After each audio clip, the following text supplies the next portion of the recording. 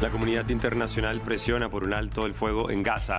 Desde la Casa Blanca, Joe Biden abogó por una pausa a las hostilidades de 6 semanas, mientras el rey Abdullah II de Jordania hizo un llamado por un cese al fuego inmediato y duradero en el enclave.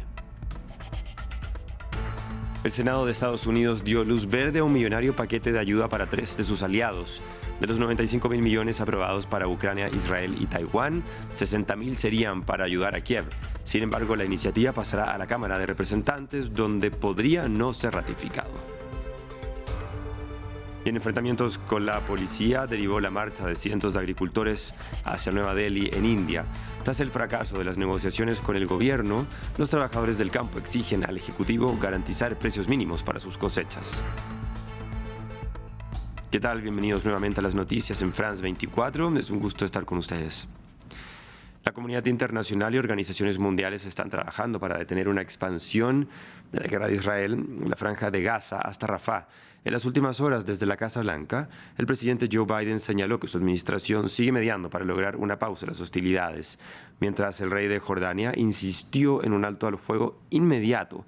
Previamente hablamos con nuestro corresponsal para Israel y los territorios palestinos, Federico Cuellar Verena, quien nos entregó más detalles sobre cuáles son los últimos avances para lograr un cese de hostilidades en Gaza.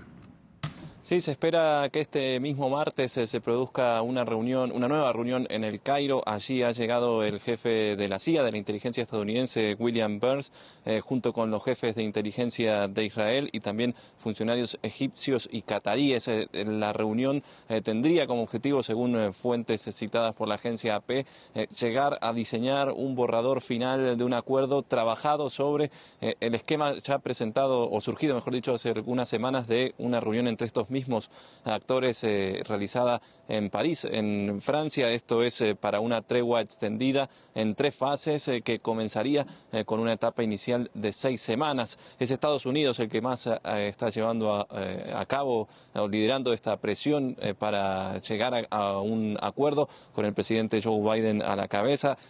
Ayer, tras esa reunión con el rey de Jordania, dijo que están los elementos claves sobre la mesa para llegar a un acuerdo, más allá de que admitió que existen todavía brechas que hay que acercar entre Israel y Hamás, y también reiteró que una operación militar israelí a gran escala en Rafah no debería realizarse si no existe un plan creíble para la evacuación de los más de 1 millón de civiles que se encuentran allí. Y es que mientras el primer ministro israelí, Benjamin Netanyahu, insiste en llevar adelante esa campaña militar, esa expansión militar sobre Rafah, algunos de los países que se han mostrado, algunos de sus países aliados que se han mostrado más férreos en el apoyo a Israel desde el inicio de esta guerra, están empezando a mostrar cuestionamientos, no solo Estados Unidos, sino también que en las últimas horas se han sumado Reino Unido y Alemania. En tanto, el fiscal de la Corte Penal Internacional se mostró nuevamente muy preocupado por la posible incursión terrestre en Rafah. Karim Khan reiteró que la CPI estaba investigando activamente cualquier crimen presuntamente cometido en Gaza y dijo que aquellos que violen la ley tendrán que rendir cuentas. Veamos. Tenemos que ser imparciales y también denunciar lo que estamos viendo. Creo que es muy importante que nadie pueda decir que está sorprendido. Dije en Ramallah el año pasado, cumplir ahora con la ley o no quejarse más tarde. No podía ser más claro. Si las pruebas nos obligan a avanzar en una dirección particular, nos moveremos en esa dirección. Y estamos en medio de una investigación muy activa a la que la Corte Penal Internacional le está dando la máxima prioridad. Entre tanto, el gobierno francés señaló que impondrá sanciones en contra de colonos israelíes. En un comunicado, el Ministerio de Relaciones Exteriores señaló que las sanciones van dirigidas a 28 israelíes extremistas que son culpables de hechos de violencia contra civiles palestinos en Cisjordania. Asimismo, se les va a prohibir la entrada a territorio francés. Y el Senado de Estados Unidos aprobó en la mañana de este martes un millonario paquete de ayuda para Ucrania, Israel y Taiwán. Se trata de 95.000 millones de dólares, de los cuales 60.000 irán para Kiev, para ayudarles a abastecer los suministros de municiones y armas. La iniciativa fue aprobada con apoyo bipartidista y no incluye cambios en la política migratoria estadounidense. El proyecto pasa ahora a manos de la Cámara de Representantes, donde corre el riesgo de no ser aprobado. Hoy hemos sido testigos de uno de los proyectos de ley más históricos y trascendentales que jamás haya aprobado el Senado. Ciertamente han pasado años, quizás décadas, desde que el Senado aprobó un proyecto de ley que tiene un impacto tan grande, no solo en nuestra seguridad nacional ni en la seguridad de nuestros aliados, sino en la seguridad de la democracia occidental. Pasamos ahora a Rusia. Allí se han emitido órdenes de búsqueda y captura contra 3 autoridades de países bálticos, entre ellas la primera ministra y el secretario de Estado de Estonia. Según el Kremlin, estas personas son responsables de llevar a cabo acciones hostiles contra la memoria histórica del país. Nos amplía desde Moscú nuestro corresponsal Xavier Colás. Rusia ha puesto a la primera ministra de Estonia, Kaja Kallas, en busca y captura. La razón no se especifica en la web del Ministerio del Interior, donde aparece la lista cada día de los criminales que están buscados por la policía, pero desde el Kremlin ya han aclarado que de lo que la acusan es de destruir monumentos soviéticos que quedaban en territorio estonio. Lo cierto es que el gobierno de Estonia hace tiempo que empezó a desmantelar este tipo de estatuas, especialmente desde que empezó la invasión a gran escala de Ucrania por parte de Rusia en el año 2022. La retirada de un tanque soviético en la ciudad de Narva, fronteriza con Rusia, generó muchísima polémica en el año 2022. Ahora el gobierno ruso ha incluido incluso a miembros del gobierno de Lituania por la misma razón. Desde el Ministerio de Exteriores de Rusia han defendido que no se puede tolerar que no se respete la memoria de las personas que liberaron al país del nazismo. En India, la policía lanzó gases lacrimógenos contra cientos de agricultores que marchaban hacia Nueva Delhi para exigir garantías legales para proteger su producción. Se trata de una serie de manifestaciones convocadas por los agricultores indios luego de que las conversaciones con las autoridades para asegurar precios mínimos por sus cultivos fracasaran. La marcha es la más reciente de una serie de protestas similares que comenzaron hace más de 2 años y se producen meses antes de las elecciones nacionales en las que el primer ministro Narendra Modi buscará un tercer mandato. Pensamos que dar más tiempo al gobierno no es adecuado ahora. Si hay una propuesta fuerte, entonces podemos pensar en darles más tiempo, pero no tienen nada que ofrecer.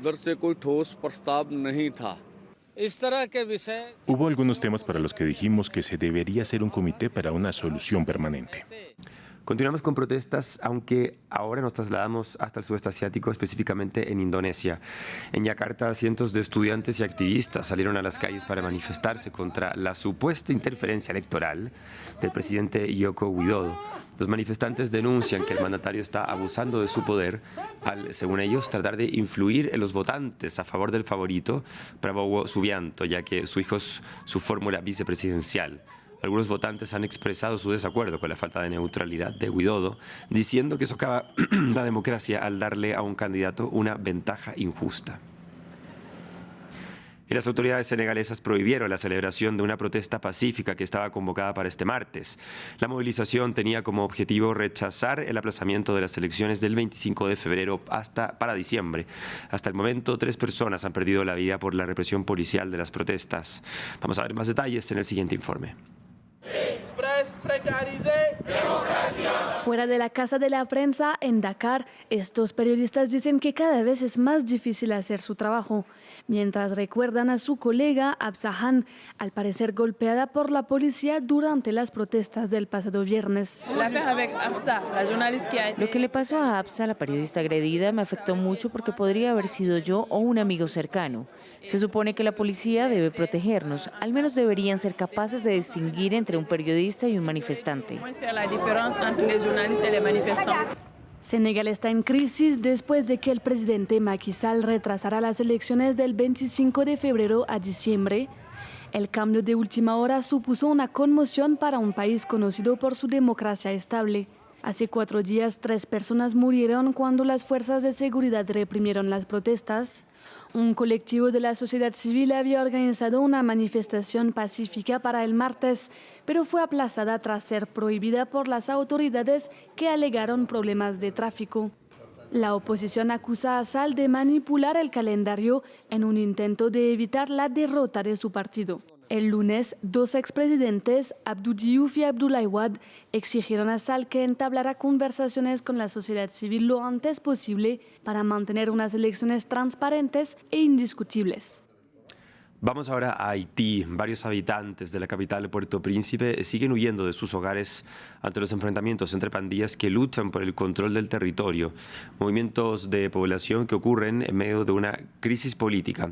La semana pasada, el primer ministro Ariel Henry se mantuvo en el poder denegando un acuerdo que preveía que dejara su cargo el 7 de febrero, mientras la situación humanitaria se complica, según organizaciones de las Naciones Unidas. William Gassou tiene los detalles.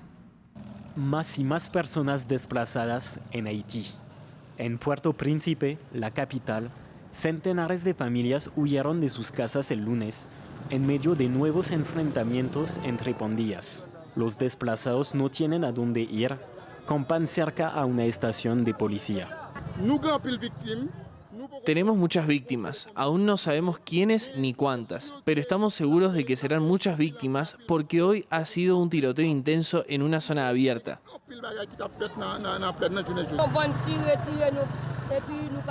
Hubo un intenso tiroteo, así que decidimos no quedarnos. Quemaron casas. No sabemos si la nuestra está quemada. Estamos en la calle desde esta mañana, no sabemos a dónde vamos.